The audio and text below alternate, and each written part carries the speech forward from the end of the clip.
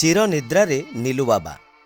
କଟକ ଜିଲ୍ଲା ନିଶ୍ଚନ୍ଦକୋଇଲି ବ୍ରାହ୍ମଣଖଣ୍ଡ ଗ୍ରାମର ମା ମଙ୍ଗଳାଙ୍କ ଆଦ୍ୟ ସେବକ ତଥା ଜଗନ୍ନାଥ ସଂସ୍କୃତିର ପ୍ରଚାରକ ନୀଲୁ ବାବାଙ୍କର ଆଜି 48 ବର୍ଷ ବୟସରେ ଦେହାନ୍ତ ହୋଇଯାଇଛି।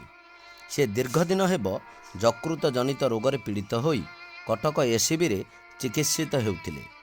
ହେଲେ ଗତ ରାତିରେ ଚିକିତ୍ସାଧୀନ ଅବସ୍ଥାରେ ତାଙ୍କର ମୃତ୍ୟୁ ହୋଇଯାଇଛି। ତାଙ୍କ ବିୟୋଗରେ ଅଞ୍ଚଳରେ ଶୋକର ଛାୟା ଖେଳିଯାଇଛି।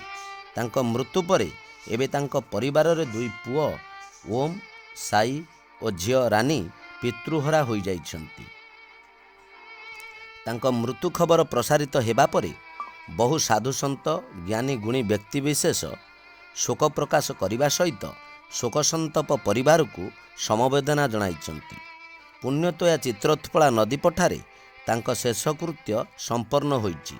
ବଡ଼ ପୁଅ ଓମ୍ ମୁଖାଗ୍ନି ଦେଇଥିବା ବେଳେ ନଦୀ ଶଯ୍ୟାରେ ଜ୍ଞାତି, କୁଟୁମ୍ବ ଓ ଭାଇ ଓ ପ୍ରିୟଜନମାନେ ଉପସ୍ଥିତ ଅଛନ୍ତି।